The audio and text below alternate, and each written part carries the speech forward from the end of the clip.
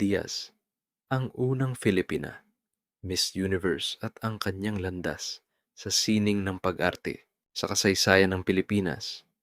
Iilang pangalan lamang ang nagtataglay ng bigat at karangalan na katulad ng kay Gloria Diaz, kinilala bilang kauna-unahang Filipina na nakamit ang korona ng Miss Universe noong 1969. Ang kanyang tagumpay ay hindi lamang isang personal na karangalan, kundi isang pambansang sandali na nag-angat sa bansa sa pandaigdigang entablado. Subalit ang kanyang legasiya ay hindi nagtapos sa pagiging isang reyna ng kagandahan. Sa paglipas ng mga dekada, hinubog ni Diaz ang isang matagumpay at iginagalang na karera bilang isang multi-award winning na aktres. Patunay na ang kanyang talento at determinasyon ay higit pa sa pisikal na anyo. Ang kanyang buhay ay isang salaysay ng pag-angkop, pagbabago, at pananatiling makabuluhan sa isang industriyang patuloy na nagbabago. Ang simula ng isang reyna, pagpasok sa binibining Pilipinas, bago pa man siya naging isang pangalan na bukang-bibig sa buong mundo. Si Gloria Maria Aspillera Diaz ay isang mag-aaral sa Saint Scholastica's College sa Maynila. Sa murang edad na 18, isang pagkakataon ang kumatok sa kanyang pinto. Isang alok na sumali sa prestihiyosong Binibining Pilipinas pageant. Tinanggap niya ang hamon, isang desisyon na magiging pundasyon ng kanyang hinaharap. Sa entablado ng pambansang patimpalak, agad na umangat ang kanyang natatanging ganda at talino.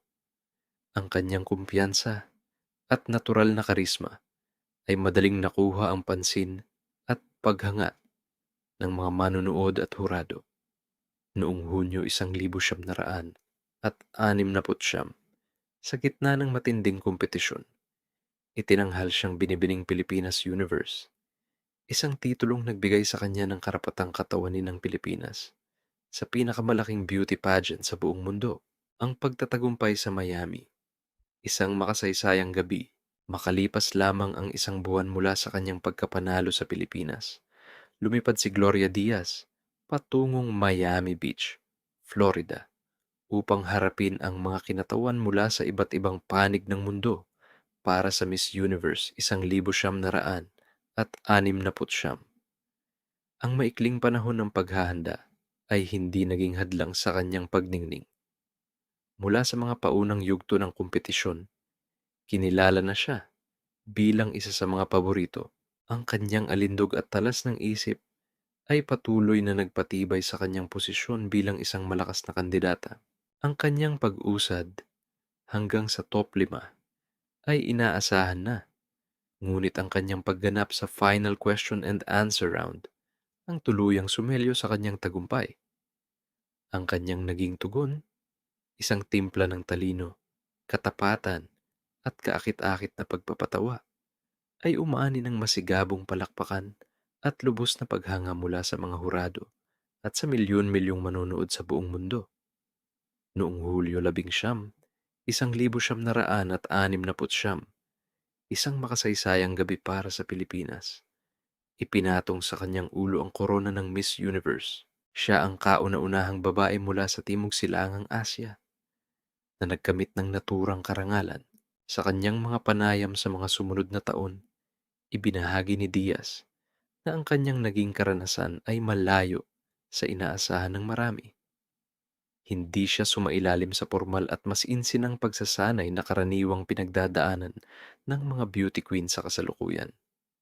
Ayon sa kanya, ang kanyang pangunahing paghahanda ay ang pagkondisyon sa kanyang mentalidad.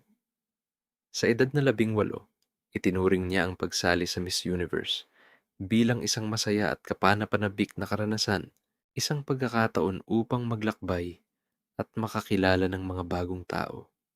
Ang kawalan ng matinding pressure ang marahil naging susi sa kanyang natural at maningning na pagganap.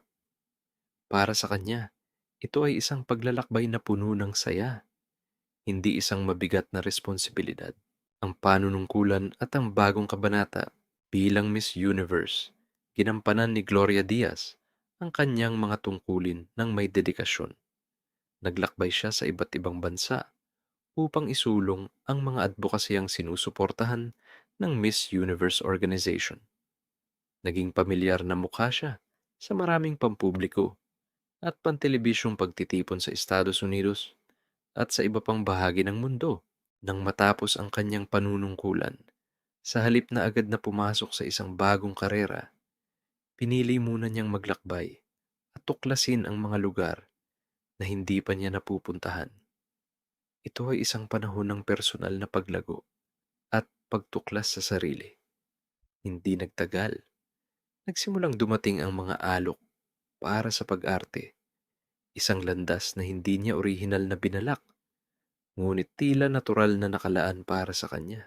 Pagpasok sa daigdig ng pelikula, ang pinakamagandang hayop sa edad na 24, nagpasya si Gloria Diaz na subukan ang kanyang kapalaran sa pag-arte. Ayon sa kanya, likas sa kanyang pagkatao ang pagiging experimental at bukas sa mga bagong hamon. Ang show business ay isang bagong mundo na kanyang ginalugad at dito niya natagpuan ang isang bagong larangan kung saan siya ay nagtagumpay. Noong 1975, dumating ang kanyang breakthrough performance sa pelikulang Ang Pinakamagandang Hayop sa Balat ng Lupa sa direksyon ni Celso Adaferon Castillo. Gumanap siya bilang si Isabel, isang inosenteng dalaga na ang pagdating sa isang liblib na baryo ay nagdulot ng alitan at pagnanasa. Ang pelikula ay naging isang malaking tagumpay sa takilya at itinuturing na isang klasiko sa sinema ng Pilipinas. Dito rin nakasama ni Diaz ang kapwa-baguhang aktres na si Elizabeth Oropesa na naging simula ng kanilang pangmatagalang pagkakaibigan. Ang pelikula ay naging tanyag sa mga eksenang nagpapakita ng sensualidad, partikular na ang iconic na wet look na nagtampok sa hubog ng kanilang katawan. Ang kanyang pagganap ay umani ng papuri mula sa mga kritiko. Itinuring ito bilang isa sa most promising breakthroughs of any actress sa kasaysayan ng pelikulang Pilipino. Dahil sa kanyang kahusayan, nakamit niya ang kanyang unang nominasyon bilang Best Actress sa prestihiyosong FAMAS, Filipino Academy of Movie Arts and Sciences Awards. Ang nominasyong ito ay isang mahalagang pagpapatunay na si Gloria Diaz ay hindi lamang isang beauty queen, kundi isang seryosong actress na may kakayahang magbigay buhay sa mga komplikadong karakter.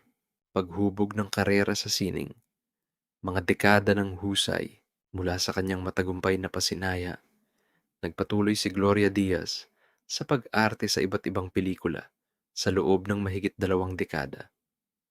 Ipinamalas niya ang kanyang versatility sa pamamagitan ng pagganap sa mga proyektong sumasaklaw sa iba't ibang genre, mula drama hanggang komedya at aksyon. Noong 1976, sinimulan niyang tuklasin ang mundo ng telebisyon. Naging bahagi siya ng cast ng matagumpay na drama series ng GMA Network na Ana Karenina. Ang kanyang popularidad sa telebisyon ay lalo pang tumingkad nang lumabas siya sa sitcom na Call Ka Lang noong 1978, kung saan ipinakita niya ang kanyang galing sa komedya. Ang taong 1978 ay naging makabuluhan sa kanyang karera.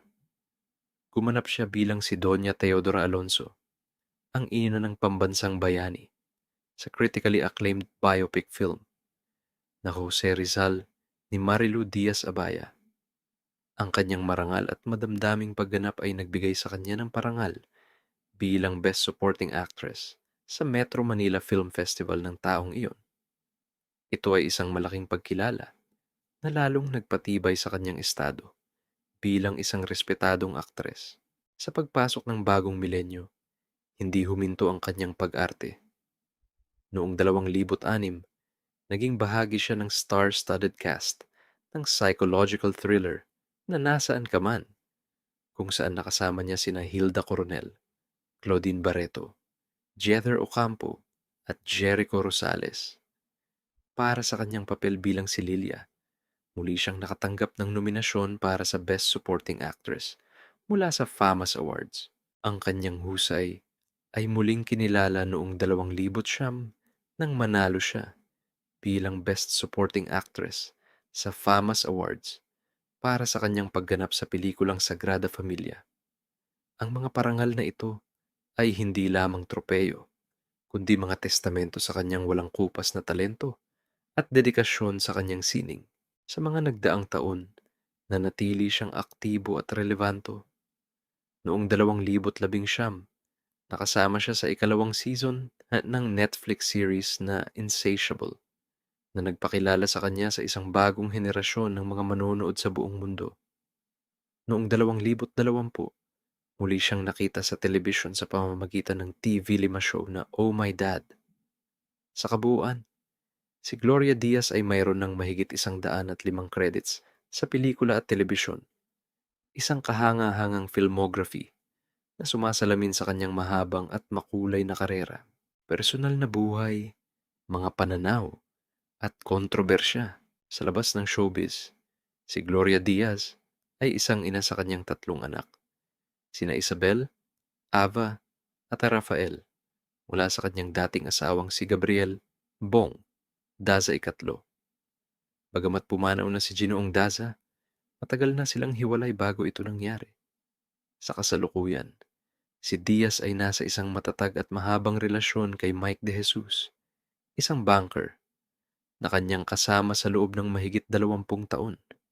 Ayon kay Diaz, si Mike ay isang napakabait na tao at mas bata sa kanya ng ilang taon. Ang kanyang pagkakaibigan kay Elizabeth Oropesa, na nagsimula sa set ng Ang Pinakamagandang Hayop sa Balat ng Lupa, ay nanatiling matatag sa paglipas ng mga taon. Nagkasama sila sa ilang mga pelikula at palabas sa telebisyon, at ang kanilang samahan ay isa sa mga tinitingala sa industriya. Tulad ng maraming pampublikong figura, hindi rin naiwasan ni Diaz ang kontrobersya. Noong 2010, naging sentro siya ng usapin nang magbigay siya ng komento tungkol sa naging sagot ng kinatawan ng Pilipinas sa Miss Universe na si Venus Raj. Ayon kay Diaz, maaaring mas naging epektibo ang pagsagot ni Raj kung gumamit na lamang ito ng interpreter sa halip na piliting sumagot sa wikang Ingles. Ang kanyang pahayag ay minasama ng ilang sektor, partikular na ng mga opisyal sa Cebu, na itinuring itong isang insulto sa kanilang kahusayan sa wikang Ingles. Humantong ito sa pagdedeklara sa kanya bilang persona non grata ng Cebu chapter ng Vice Mayor's League of the Philippines. Sa isang panayam, nilinaw ni Diaz ang kanyang komento. Ayon sa kanya, ang kanyang punto ay hindi upang maliitin ang sinuman, kundi upang bigyang diin na kung ang isang kandidata ay mas komportable at mas mahusay sa kanyang sariling wika, walang masama kung ito ang kanyang gagamitin upang maipahayag ng buo at malinaw ang kanyang saloobin. Legasya at payo sa mga bagong henerasyon. Sa kanyang edad na mahigit 70 taon, si Gloria Diaz ay nananatiling isang inspirasyon. Masaya siyang namumuhay kasama ang kanyang mga mahal sa buhay at patuloy na tumatanggap ng mga proyekto sa showbiz. Ang kanyang legasya ay may dalawang muka. Siya ang nagbukas ng pinto para sa mga sumunod na Filipina beauty queens sa pandaigdigang entablado. At kasabay nito, pinatunayan niya na ang isang reyna ng kagandahan ay maaring maging isang seryoso at premyadong alagad ng sining. Nang tanungin tungkol sa kanyang maipapayo sa mga kababaihang nagnanais na manalo sa isang beauty pageant, simple ngunit makabuluhan ang kanyang sagot. Payo niya na huwag ituring ang pagsali sa isang patimpalak bilang katapusan ng lahat. Sa halip, dapat itong tingnan bilang isang stepping stone o hagdanan na magbubukas ng iba pang mga oportunidad. Manalo man o matalo, ang mahalaga ay mag-enjoy sa karanasan at ibigay ang lahat ng makakaya. Kung hindi man makuha ang korona, tiyak na maraming iba pang landas ang maaaring tahakin pagkatapos nito. Ang buhay ni Gloria Diaz ay isang patunay sa kanyang sariling payo. Ang korona ng Miss Universe ay hindi naging katapusan, kundi isang maningning na simula. Mula sa entablado ng Miami hanggang sa set ng pelikula at telebisyon, ipinamalas niya ang isang pambihirang katatagan, tapang, at disposisyon sa buhay na patuloy na hinahangaan ng marami. Siya ay hindi lamang ang unang Miss Universe ng Pilipinas. Siya ay isang icon na nagpatunay na ang tunay na ganda at tagumpay ay nasusukat sa kakayahang magbago, matuto, at manatiling totoo sa sarili sa anumang hamon ng panahon.